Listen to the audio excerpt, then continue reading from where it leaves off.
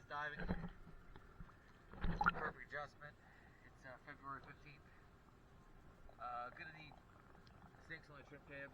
I had pulled them out with a lock box, but I need to bring back the tools to get behind there because that nut is free spinning. So we'll get that done next time.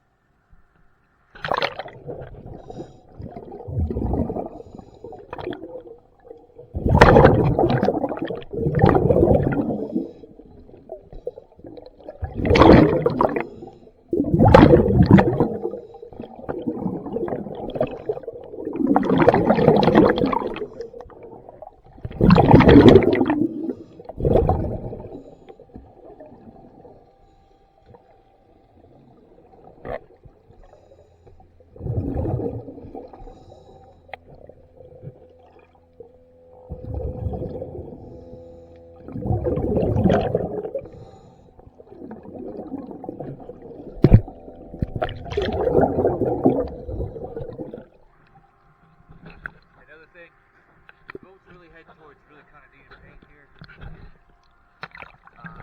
pretty hard to keep it clean even this time of year.